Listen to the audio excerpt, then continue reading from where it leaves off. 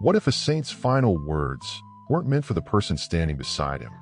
What if they were meant for you? In the quiet, flickering hours before dawn, Padre Pio, the mystic priest who bore the wounds of Christ, took his final breath. But before he crossed the veil, he spoke. Not loudly, not to a crowd, but softly to a single nun standing at his side. A woman whose name you may never hear, but who carried, for decades, the most sacred secret of his final moments. No one else heard it. No one else knew. And for years, she stayed silent. Until one day, she realized that his last words weren't a farewell. They were a warning. A message not for her. Not for the monastery, but for the world. And now they're reaching you. In the next few minutes, you'll hear the final words of Padre Pio, a message whispered from the edge of eternity. You'll discover why he chose her, and why you were meant to hear this now. Because when a saint speaks with his last breath, heaven is trying to say something. Padre Pio wasn't just a priest. He was a soul marked by heaven and hunted by darkness. Born as Francesco Forgione in a humble Italian village, he was set apart from the start. As a child, he spoke with angels. He battled invisible forces. And by the time he was 23, something unimaginable happened. He began to bleed. The stigmata, the 5 wounds of Christ, appeared on his body, his hands, his feet, his side, and for more than 50 years they remained. Bleeding, unexplained, a mystery the world could not ignore and hell could not stop. But Padre Pio didn't seek attention. He didn't parade his pain. He spent hours in the confessional, reading souls before they spoke. He could see sin like smoke and air. He bilocated, appearing in places he never traveled. He carried the weight of thousands of souls, all while praying in silence. His life was a battlefield between light and darkness. And yet, through it all, he remained devoted, humble, focused on one thing, bringing souls back to God. So when a man like Padre Pio, a man who saw both heaven and hell, whispers his final words before dying, those words matter. And when he chooses to share them with a single nun, we must ask, why her? And more importantly, why us? She never wanted to be known. No spotlight, no recognition, no glory. She was just a nun, devoted, quiet, obedient, assigned to care for Padre Pio in the final days of his life. She had watched over him before, brought him food, sat by his door during long hours of prayer. But she never imagined she would be the only soul present when he would take his final breath. The other friars had stepped out. Some were deep in prayer down the hall. But she remained by his side, holding his frail hand as his body grew weaker. She had no visions, no miracles, only a heart full of faith and ears ready to listen. And as Padre Pio's breathing slowed and the atmosphere in the room shifted, as if heaven itself were drawing near, he turned his head slightly, looked at her, and whispered something. It wasn't just a goodbye. It wasn't a personal blessing. It was a message, one she carried for years, one she never planned to speak aloud.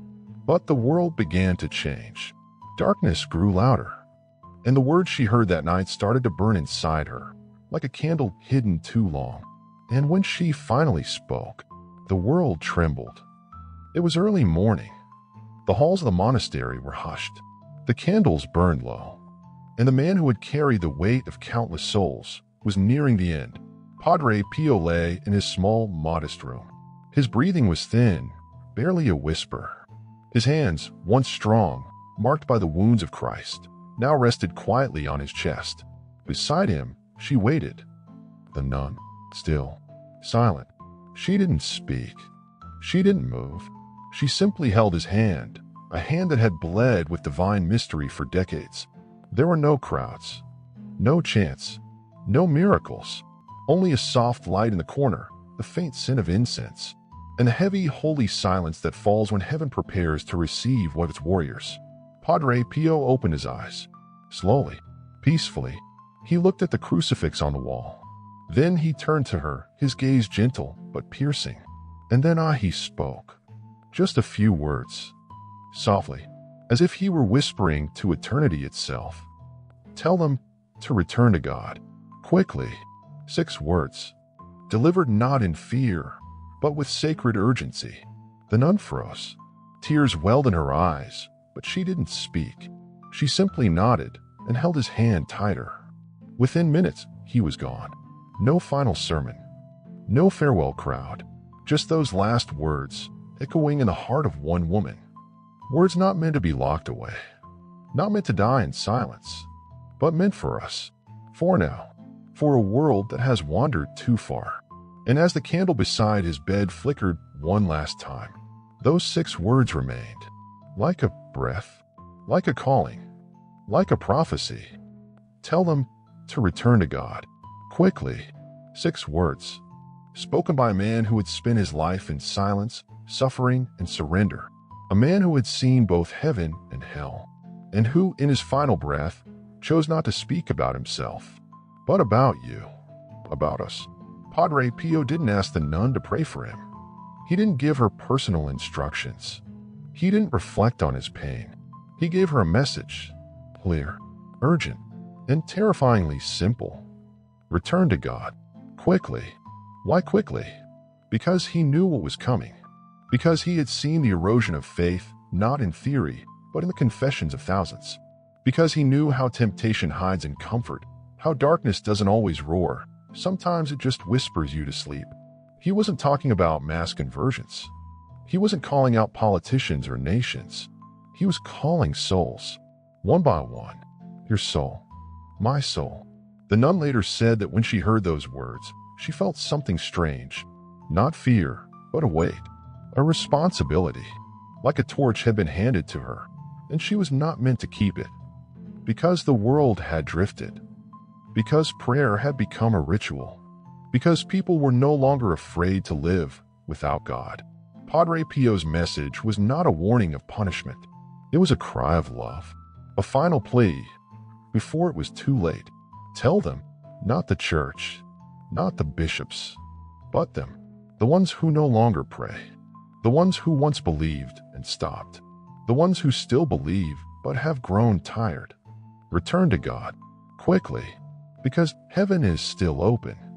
But the door doesn't stay open forever. She didn't tell anyone. Not at first. Not for years. The nun who heard Padre Pio's final words chose silence, not out of fear, but out of reverence. It was too holy, she once said. Too heavy for a world that had forgotten how to listen. She wrote nothing down. She gave no interviews.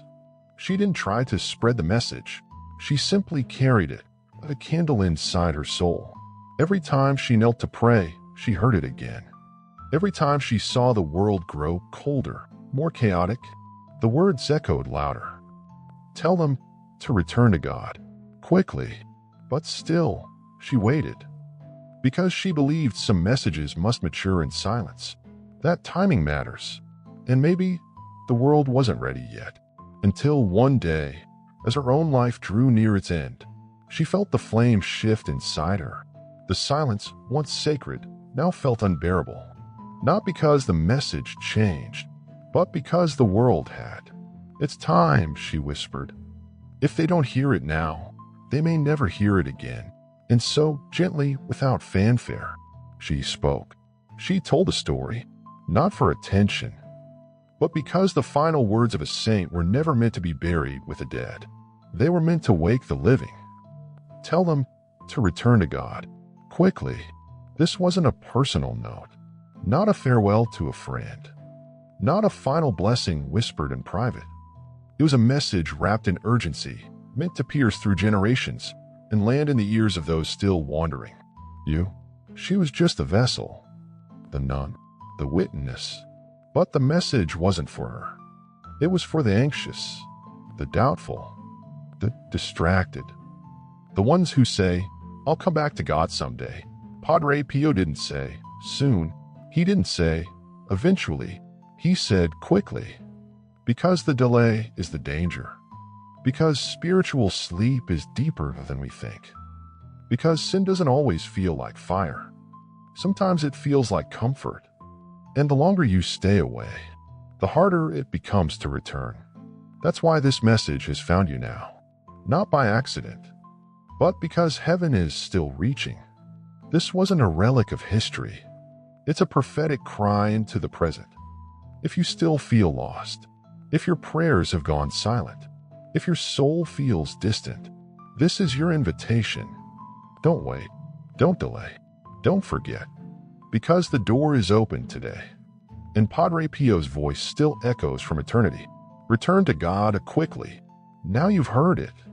Not from a book, not from a legend, but from a moment, real, sacred, unforgettable.